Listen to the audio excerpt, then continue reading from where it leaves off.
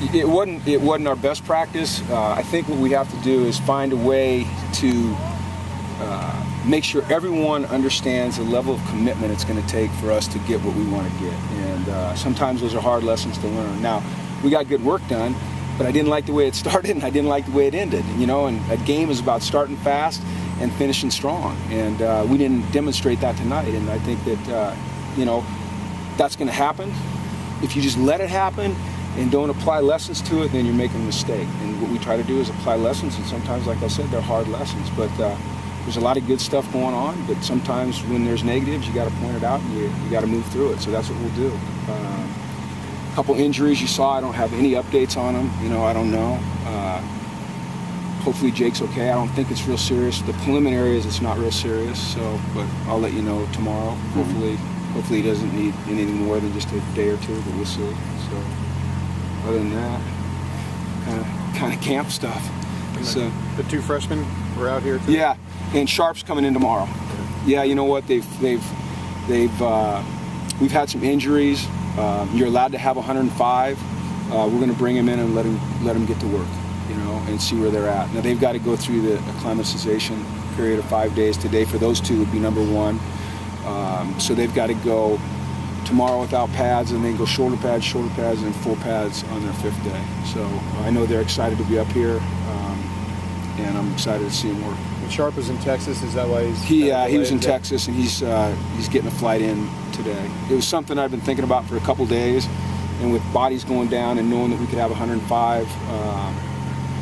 Gave it a lot of thought, talked about it as a staff, and felt like it was time to bring them in and let them start competing. So it's 105 in any practice, it's not 105 in camp? You can have, like, let's say we started with 104, I think. Yeah. Maybe it was 105. And like Simon, Cameron, and Sam Handler, they're done. Right. Okay, so you can bring in replacements for them. Now, the guys that go away, they can't come back. Now, those 3 are out for an extended period of time. So that's how the rules work. It's like subbing in soccer. It's kind of like subbing in soccer, yeah. Unfortunately, you have to do it sometimes because of injury. You know, I hate the fact that Cameron and Simon and Sam got hurt, but it gives some other guys a chance to come in and start competing. Adarius got some of his first reps at running back. Did you get an impression of him at the position? Yeah, I stand behind the offense, and I thought he runs hard. You know, and he kind of can find the crease, and it's also new to him right now, this scheme, but he looks like he's got some promise there. He runs with a little bit more, he's a heavy runner, you know. I mean, he's only 198 pounds, but he runs heavy, and you can feel it when he runs. I think he's going to get better and better. He catches the ball well at the backfield. I mean, he's only been there a couple days. I know that yesterday he spent the whole day up at Bruin Woods studying, and I think he's really showing a commitment to getting on the field for us this year. I like that.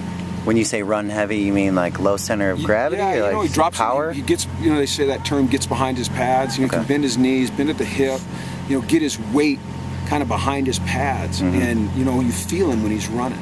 He doesn't run like a feather, you know. Some guys run like feathers. They look really pretty and they're really fast, but they can't hit it up in there and bring any oomph. And he brings some oomph, and we need that. So was that done on his own at Bruin Woods, that he studied on his own? Yeah, I'm assuming so. You know, I walked by him a couple times and saw him studying, and it didn't bother him. He's a very determined young man. You know, I mean, you saw it when he was playing corner. You saw it in the spring. You know, he doesn't say much at all. He just works his tail off. When we moved him to running back, I already told you what he said to me, you know, and he didn't say it in an arrogant way, just in a confident way, and really just more of a determined way. And, I mean, he's the kind of guy you like on your team, you know, because no matter what is going on, what the odds are, what situations he's placed into, he just keeps going, man. I like that about him a lot. Hopefully he can help us. Coach, you saw Eldridge pass a thing that's like a fade out in the end zone of the fade. Is that something you see like having more going forward? Say what now? Eldridge caught like a fade out in the end zone. Is that something you see more? I would hope so. You know, Fabe, or I don't want to see him caught over Fabian, but I like to see him caught. He's a big, long-arm guy, you know, and Brett can throw it up there, and he goes and attacks the ball. That's what good receivers do, is they don't let it come to them. They'll go attack the football, and that's what Eldridge does. And, you know, I see Van Dyke doing that. I see Jordan Payton doing that. You know, I see Devin Lucian had a really nice night tonight, you know, catching the ball. And it's just about an attitude when the ball's in the air that I'm going to go get it. And And Eldridge shows that all the time. You know, it's my ball. That's how T.O. used to be. You know, I got to coach Terrell Owens, and I'm not saying Eldridge was Terrell Owens, but he had that, like, that ball is mine, and Eldridge has that.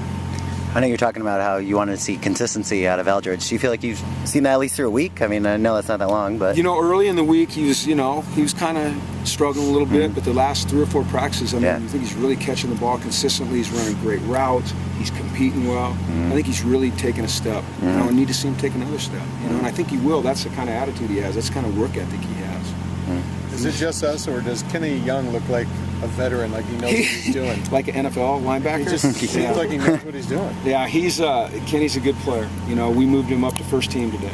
We ran with the ones. Now, our depth chart is fluid. You know, it's ever evolving. Just because a guy's a 1 one day doesn't mean he will be the next day. But Kenny has a presence to him. I mean, you guys are right. We see the same thing you see. He doesn't look like an 18-year-old freshman. You know, he's quite a man in there. How significant is that? If you move him up to the ones his day, and he has such a day like he did today? You know, we saw that when we recruited him. You know, he was playing in an extremely competitive environment in Louisiana and excelling against some of the great players in the country and excelling. And he's come here and he certainly hasn't disappointed. You know, and like you said, you know, Coach Wooden used to talk about competitive greatness, you know, being at your best when your best is required. You take a guy like Kenny Young, you move him to the first team, and as you said, Tracy, he has a great practice. I mean, that tells you something about the guy's character, and that's what you're looking for. You mentioned Devin, you know, one of the best matches in practice. I feel like it's Devin and Fabian when they go one-on-one or like in scrimmages. Can you comment on that? Like Devin and Fabian go, yeah. What you love is we love it when your good players are competing against each other really hard. You know, when you can get a Devin Lucian going against a Fabian Moreau time after time after time, they're each going to win their battles, you know, and they're going to lose a few, and hopefully they learn when they lose and they learn when they win and they keep battling, but that's how they're going to get better, just competition. And these guys are all very, very competitive out here, and that's what we want. You know, we want competition all across the field at every position. Is there some worry about Goforth in that shoulder that it keeps reoccurring? No, not really, not yet. You know, his mom, she has the old Samoan tradition. She'll probably come up here tonight and pull it out of the socket, and that's what he's most afraid of. He's not afraid of like surgery or our doctors. He's afraid of his mom coming up, and he said there's some Samoan deal she does. So that's what's most scary. You see that? I haven't seen it yet. He says it works though. He told me about it. Like, oh man, my mom, you're gonna hear about this. She'll be up here pulling on my shoulder. So. Zach Whitley was spotted in the neck braces. Zach got a concussion. He did one of those deals where you go back and your head hits, kind of a whiplash thing, and he got a concussion. And you saw him, he's out here for a while tonight watching practice.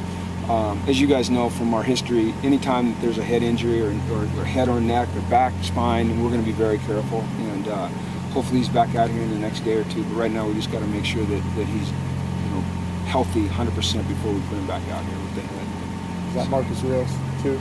You know, Marcus, I think Marcus just had a headache. I don't think that he hit his head. I think he just has a headache. And, you know, given Marcus's history and what he's been through, I think any time that he gets a migraine type of headache, we're just going to stop.